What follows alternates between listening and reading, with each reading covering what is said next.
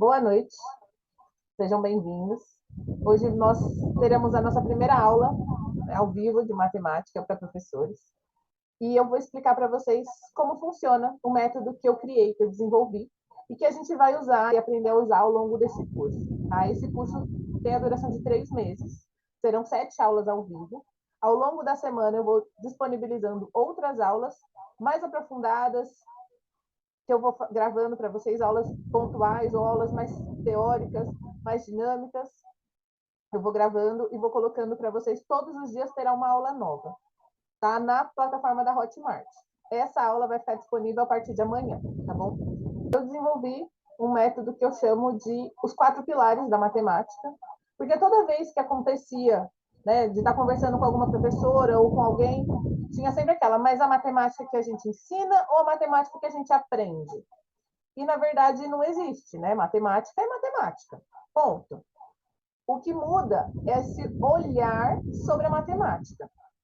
Então, eu desenvolvi os 4 pilares da matemática, são eles: conceito, contextualização, técnica e prática. E eu vou explicar um pouquinho sobre eles. Vou falar também sobre a hierarquia da matemática, que ela é pouco falada, porém ela existe. E eu vou explicar e vou mostrar para vocês que ela realmente existe. Então, os 4 pilares da matemática. Imagina essas colunas lindas, maravilhosas, que nós temos, se eu não me engano, são colunas gregas. Elas são todas do mesmo tamanho. Se por acaso uma delas diminuir, ele vai ficar torto. Se outra ficar maior ou menor, então ele vai ficando bagunçado. Os pilares da matemática têm o mesmo propósito.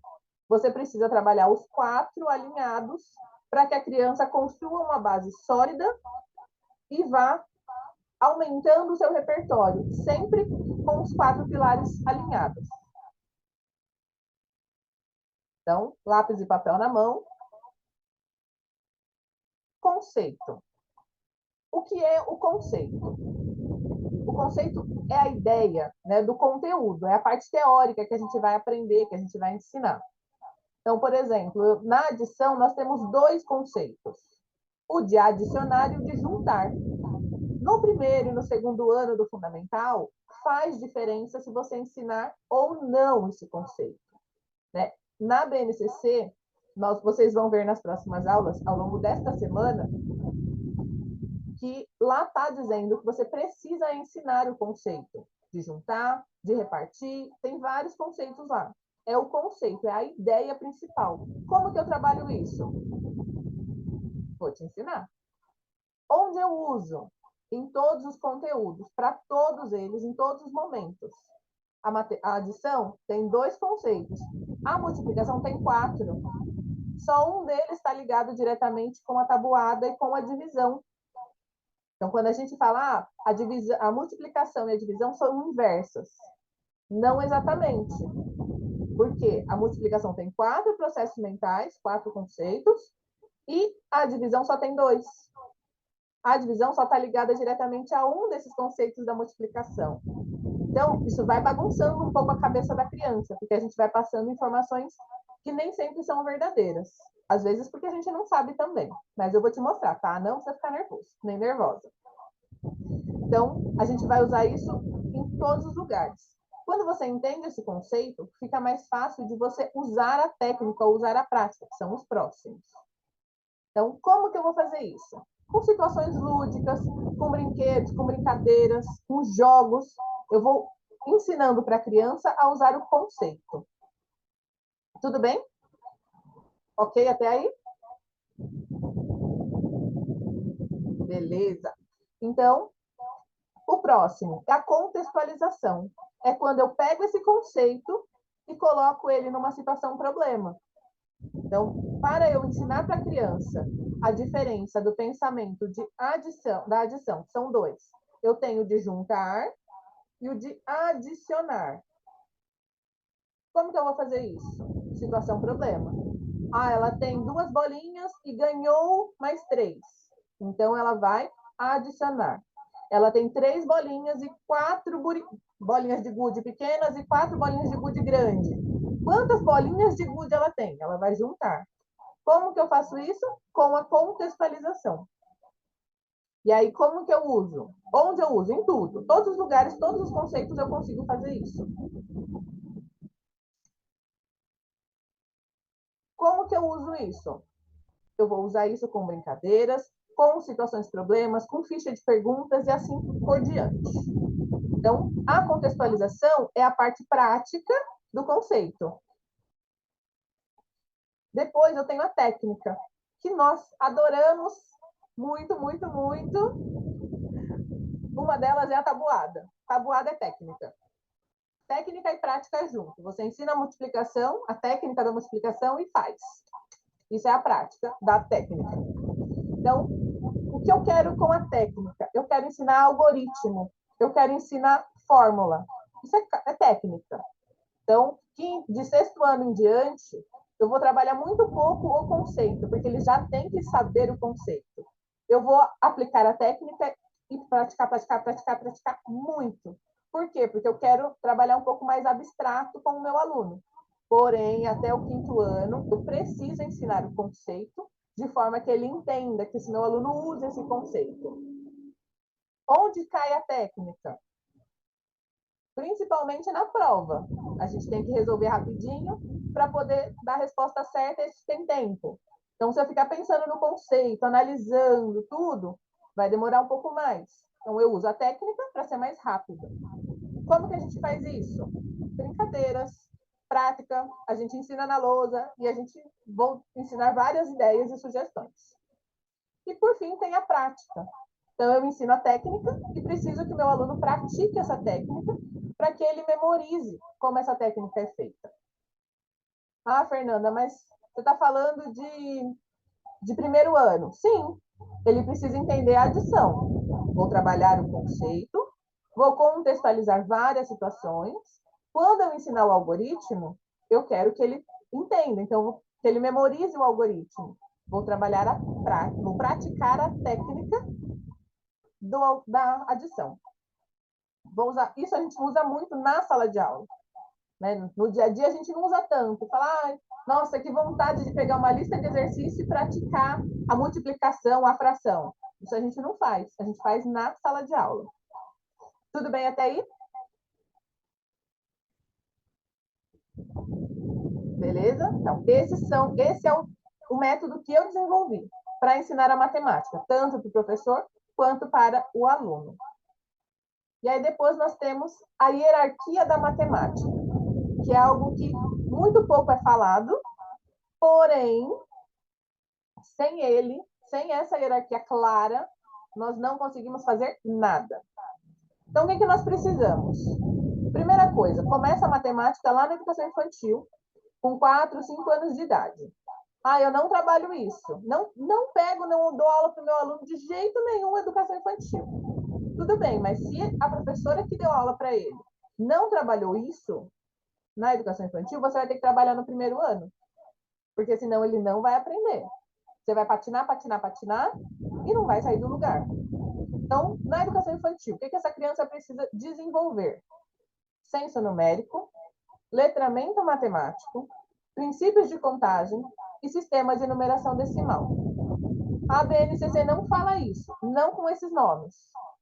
Mas você precisa desenvolver algumas coisas que estão lá na BNCC e, olhando a hierarquia da matemática, estão todas encaixadas aqui. O 5 é do primeiro ano em diante.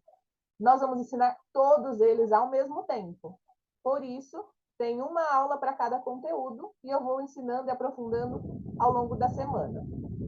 E aí nós chegamos na hierarquia da matemática. O que é essa hierarquia que é muito pouco falada? É o que eu preciso, o passo a passo para ensinar matemática para os meus alunos. Senão ele vai chegar lá no 7º ano, ele não vai saber divisão, não vai fazer fração, número decimal ele vai morrer de medo. Por quê? Porque ele não foi trabalhado lá na educação infantil os princípios de contagem. Então, na educação infantil, nós trabalhamos essa hierarquia do 1 ao 4.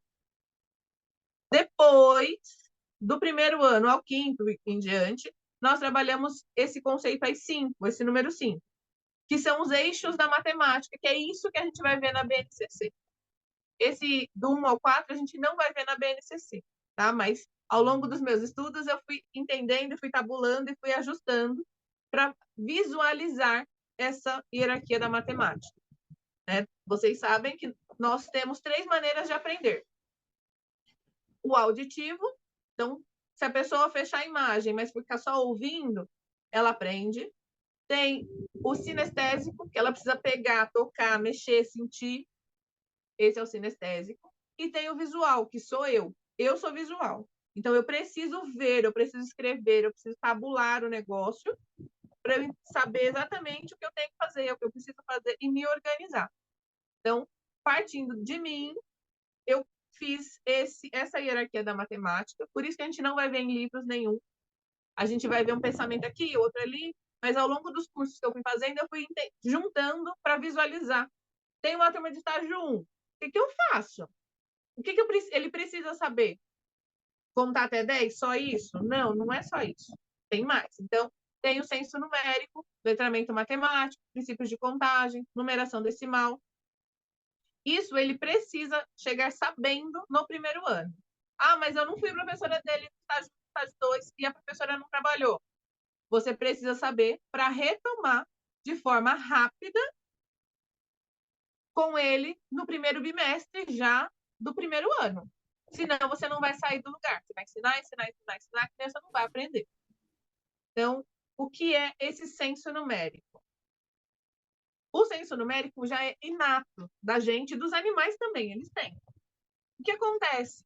Se você, por exemplo, observar um macaco pegando uma penca de banana numa árvore na floresta.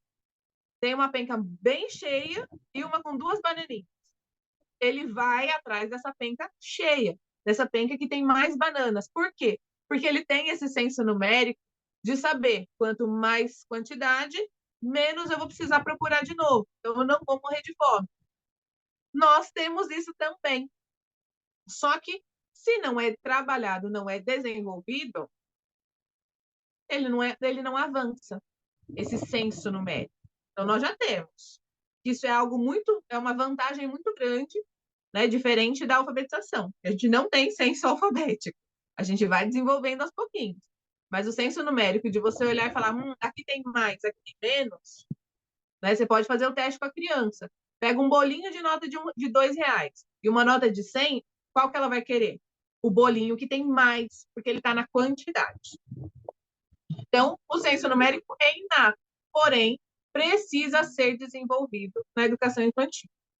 Letramento matemático ou numeramento são práticas sociais relacionadas ao uso dos números em determinados contextos. Você pega um panfleto de mercado, aqueles números que estão ali, ele sabe o que significa? Ele percebe esses números? Ele entende a diferença do preço para o objeto? Então, se sim, ótimo. Se não, você vai ter que ensinar. Princípios de contagem, são 8. Quais são eles? 1. Correspondência termo a termo. Essa criança, ela conta objeto por objeto ou ela conta rápido? 1, 2, 3, 4, 5, 6, 20, 30, 50. Ela contou tudo de maneira aleatória, sem ordem, sem nada. Então, essa criança precisa ter essa correspondência termo a termo, que é quando você pega um monte de objetos e fala para a criança, conta para mim. E ela conta com o dedinho. 1, 2, 3. Quando ela não tem, ela faz 1, 2, 3, 4, 5, 6, 7, 20. Então, ela não tem, né, essa correspondência termo a termo. Ordem estável. Ela conta sempre na mesma ordem? Ela conta sempre a partir do mesmo número? Ou se eu falar para ela, eu preciso que ela... Eu falo 0, aí ela 1, 2, 3, 4. Conta para mim. Ela não começa porque ela não está contando, ela está recitando. Então, se eu preciso dar esse empurrãozinho para ela, ela não sabe essa ordem estável. Princípios da abstração. É entender que os objetos de qualquer natureza podem ser contados, tanto em grupos homogêneos, então, se eu tiver 2 grupos, bonecas e carrinhos, 2 grupos homogêneos. Mas eu também posso contar brinquedos, juntando as bonecas e os carrinhos. Vai ser um grupo heterogêneo. Ela conta? Ou ela fala, não dá para contar assim. Cardinalidade. O último número contado equivale à contagem, à quantidade total dos elementos contados. Então, eu coloco 10 pecinhas na frente dela. Ela conta, tem 10. Se eu tirar uma, ela vai ter que contar de novo para saber? Ou ela vai saber, não, tinha 10, tirou um, agora é 9. Ela tem esse princípio de cardinalidade já desenvolvido? Se não tem, a gente vai ter que ensinar. Por isso, vocês precisam saber o que está faltando nessa criança. Está faltando isso? Então, eu ensino assim, assim, assim. Irrelevância da ordem. Independente da posição do objeto, eles podem ser contados e a posição não se altera. Então, eu tenho os objetos todos enfileirados. Ela contou, tem 10. Se eu bagunço esses objetos, pergunto quanto tem, ela vai me falar 10 ou vai ter que contar de novo?